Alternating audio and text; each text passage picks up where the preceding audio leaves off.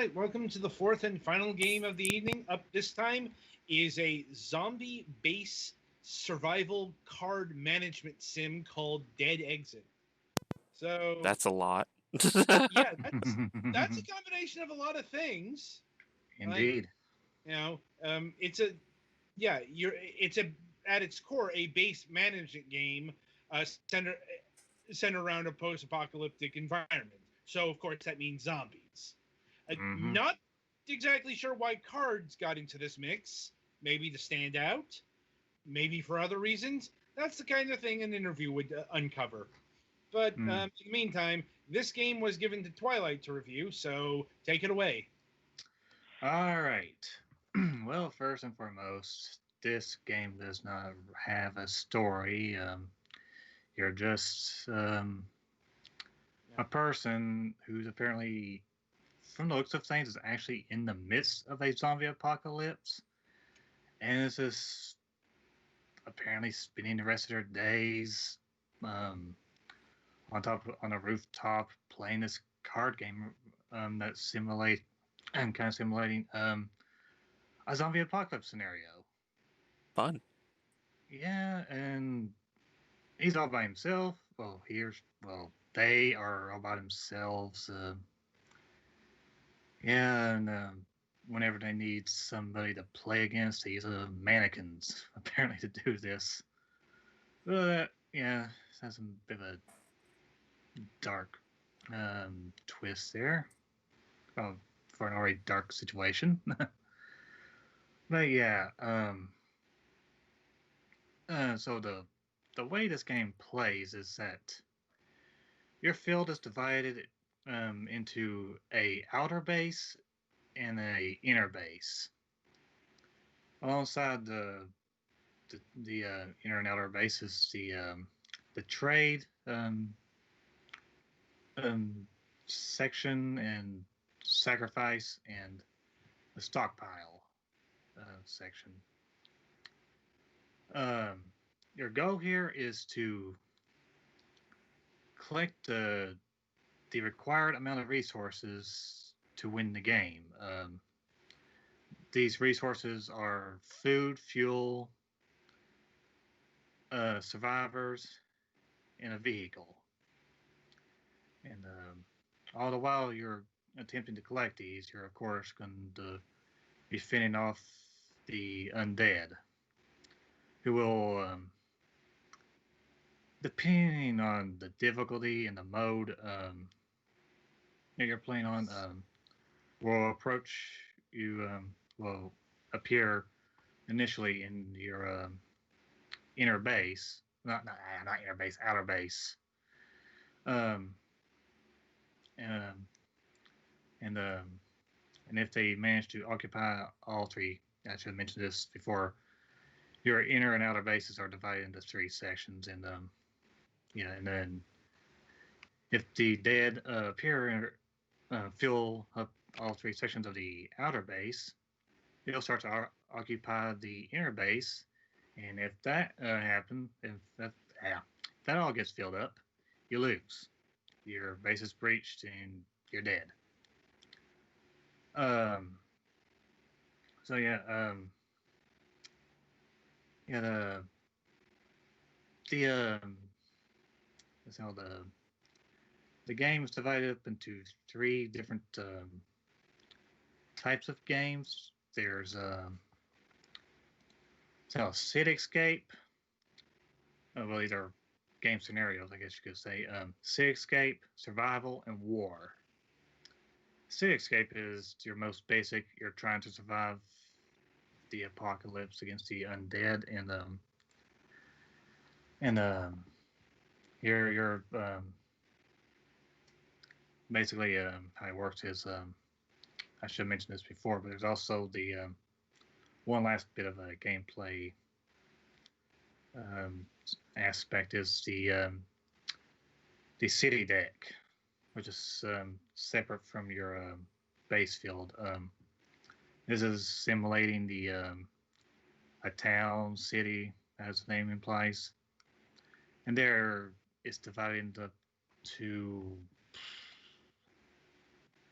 I not sure how many rolls of cards exactly, but what matters is you can pull from the top of each stack of these cards in the city deck, and that's basically the simulation of you are going out to town and trying to collect supplies and may succeed or fail, or find somebody there. I guess that's where I get into the types of cards that you have. First and foremost, of course, is the dead, the zombies, of course. Then you got your survivors. There's the food, fuel, vehicle cards, and there's these three other types of cards: stop cards, event cards, and plans. Your survivor cards are, of course, survivors. So these are characters that you can collect throughout the game, throughout your game sessions, and they each have their own special abilities, three various abilities to be precise, and these abilities are dependent on where you place them in either the inner or outer base or the sacrifice section. Um, each survivor card, um, yeah, have have abilities depending on what they are. Like, for example, the leader card, it revolves around pulling any survivors you already have on the field back to your hand, and of course the outer, inner, and sacrifice abilities have their pros and cons, and and I don't remember exactly what all the leader's abilities exactly do, but that's the general guise of that one. There's the survivalist survivor. Their abilities revolve around collecting resources to fuel food, vehicles. Well, not vehicles, just food and fuel. And they can sometimes also kill one of the dead. And there's also like the psycho. They primarily involve killing dead, and they can their abilities also extend to any other base you have on the field. I'll get to that later about other bases. And there's other survivors: doctor, mechanic, pyros, and my one of my personal favorites, the wise man. He allows you to flip over the top of city cards, and they can remain flipped over, so it'll make it easier for you to pick and choose what card you might want to get for a turn. I also forgot to mention that pulling from the city deck will also cause a dead to appear at your outer base.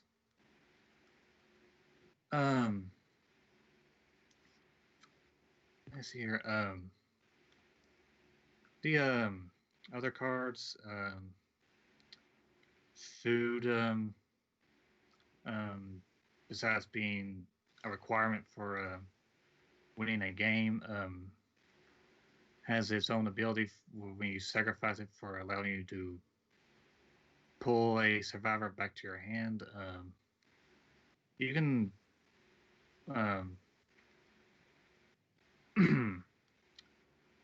you have the ability to each turn pull a survivor back to your hand, but once you place them down, they you have to wait till your next turn to be able to bring them back. So that's the use of the food card. Fuel can allow you to destroy everything in either the inner or outer base, depending on where you choose to place it. So, or you choose to play it, which is handy and can be risky as well, because you could kill any of your survivors if you do that, if they're in play. And vehicles are kind of like survivors. They have three different abilities as well. Um, I didn't really use them outside of stockpile them in my resource pool, so I just know that they kind of involve killing dead overall. Some of them might have other abilities as well. I don't remember. Didn't use them very much outside the stockpiling bit. The other cards, stop cards. These are purely sacrifice cards. They allow you to do something. Uh, like pulling the top card from your discard pile, um, or uh, moving dead to another base or something like that. They do various things. Those are about the only two things I can actually recall off the top of my head. My least favorite card type is the event cards. Um, these things can wreak havoc on your game or on your any plans you might or strategies you might be trying to put into play and such. That's all they ever seem to do is just cause you problems, and they activate immediately when you acquire them or flip them over. So that's always fun when you find one of those things. Then you're just like, oh crap. And the plans, they're kind of like the stop cards. They have two different types of abilities. The for placing in the inner and outer base. Um, and these, like the stop cards, allow for to do different things. Like, trying to call off the top of my head here. Maybe like shuffling the discard pile, for example, and try to and pull maybe like the first one or two survivor cards you find in there, or resource cards or something like that, and move the zombies over to this other base as well. I guess with that, I'm going to get to talking about the other base thing. Depending on the difficulty choices you make, your difficulty choices, your game difficulty is dependent on um, um, how many resources you need to acquire, how many sets of resources to be precise, and the number of bases you can play. You can have up to a max of 3 bases at once in a game, and and these bases are and each of these bases are working together. You can play them at once. Like you have a solitaire mode, um, so you play 3 bases at once, and having to manage 3 bases or 2 bases is more difficult, of course, and you're trying to collect resources for each of those bases. And the number of set of resources is also extends the length of a game. In all 3 modes of a game, uh, these can last for 30 plus minutes. I guess I should talk about the other scenarios as well, like survival. This is also collecting as many resources as possible, but you're also competing against raiders. they have their own base, and they're AI controlled. Admittedly, the AI isn't exactly the smartest. I just admit, and I always find it kind of easy to beat them. And yeah, they'll try to um, ruin your your plans and such. Obviously, in the game, actually, the game here has a length has a week based length, where you could of course collect as a you have to collect as many resources as possible in survival, as will be able to last throughout so many weeks. Like I think at base it's like 30 weeks. I think I'm not sure. That can last longer though, depending on the difficulty. So there's that, and there's the war scenario. You're again competing against the Raider AI, and this is kind of more like the Cityscape scenario though, where you just need to collect however many resources you need, and but you also have the additional possible goal of getting the raiders killed by transferring zombies over to their base and getting them overrun. So, my overall thoughts in terms of at least the solitaire mode, it's fun. It definitely feels like you're trying to survive, especially in the higher difficulties. You have like, geez, how many difficulties do you have? You're just like 5 different ones, ranging from very easy to impossible. Impossible seems to be exactly what it says it is. You're gonna easily get overwhelmed. I only tried like 2 times. That was it for me. The other difficulties are much easier, if impossible. Can be beaten? I don't know for sure. um, but yeah, I enjoyed the gameplay. In such a like I said, it's like actually trying to survive.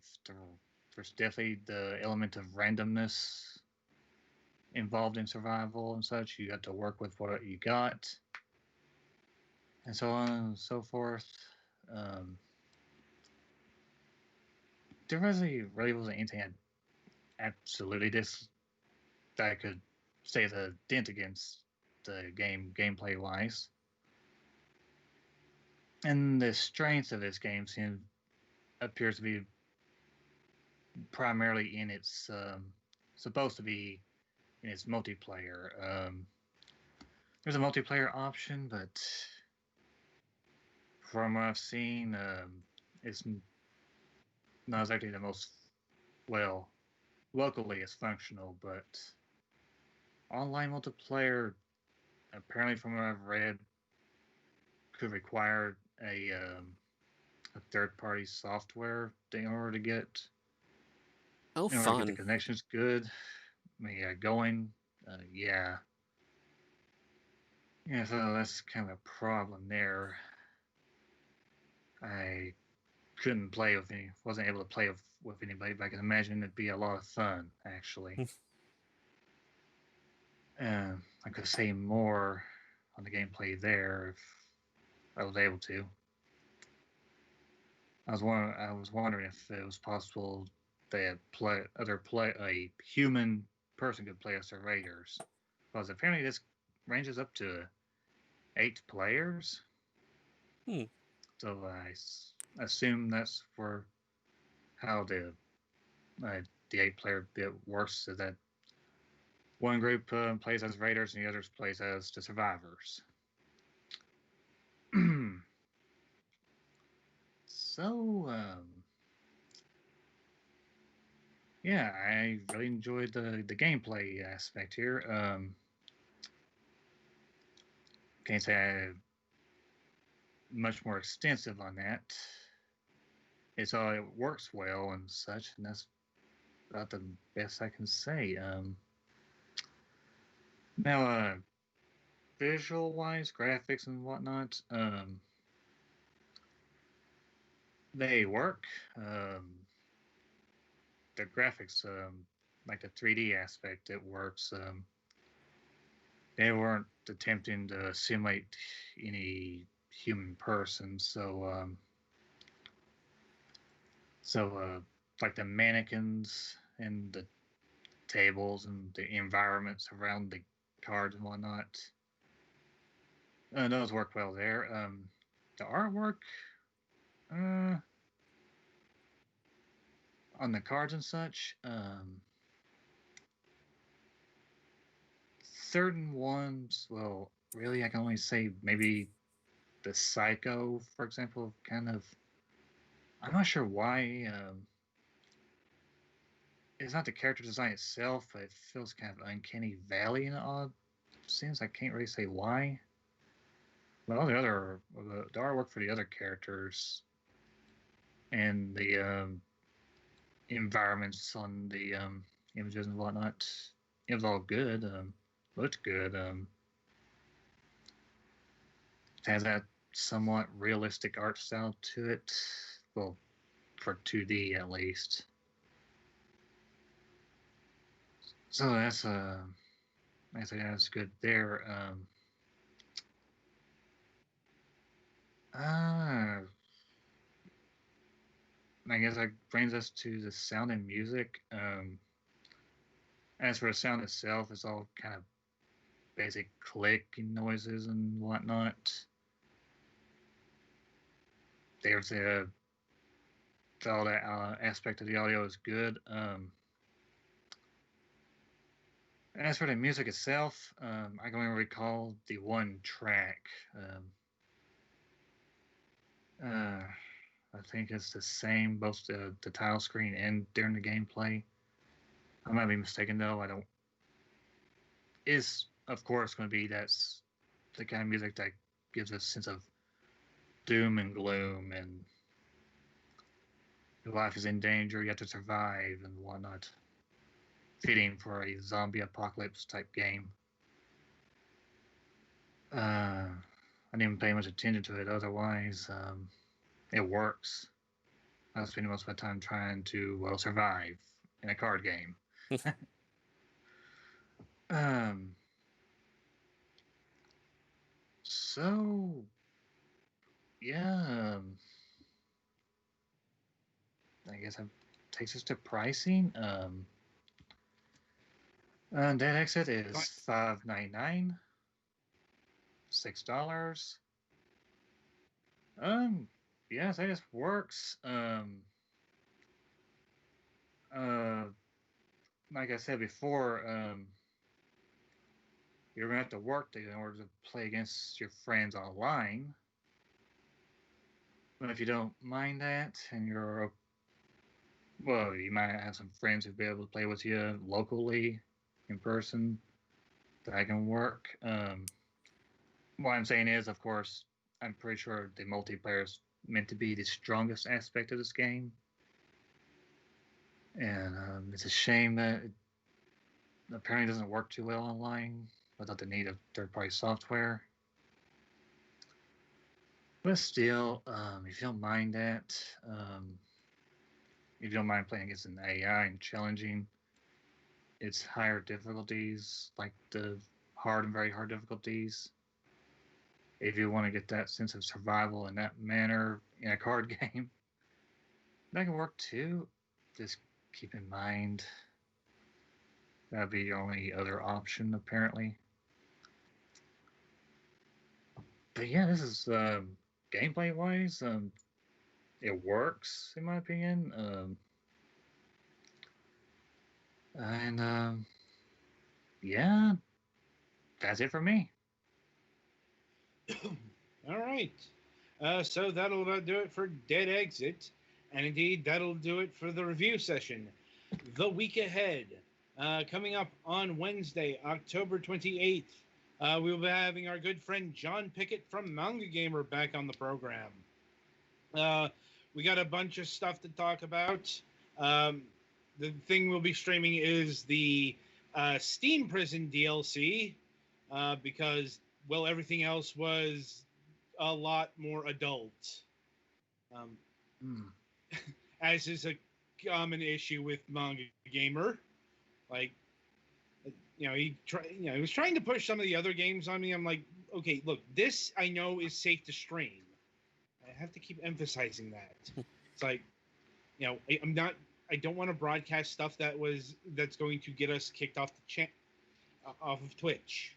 I'm just glad we could do it without visuals, but that's generally not as good at showing off the game. Yeah, we got lucky with room number 9. All the stuff, happened like a good hour or more in, so to speak. But yeah, always a good time when we have him on the program. On Friday, October 30th, we do have a Friday show this week. We'll be having Bruno Carvajillo of Cubite Entertainment back on the program. You'll recall we had him on like early in the season, some months back. They had a event and they announced like 14 games. So yeah, it's going to be another list interview. So, a lot of stuff to cover.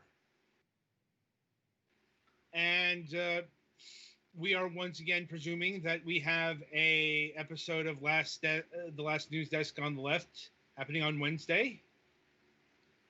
Mac's actually been fairly good with showing up.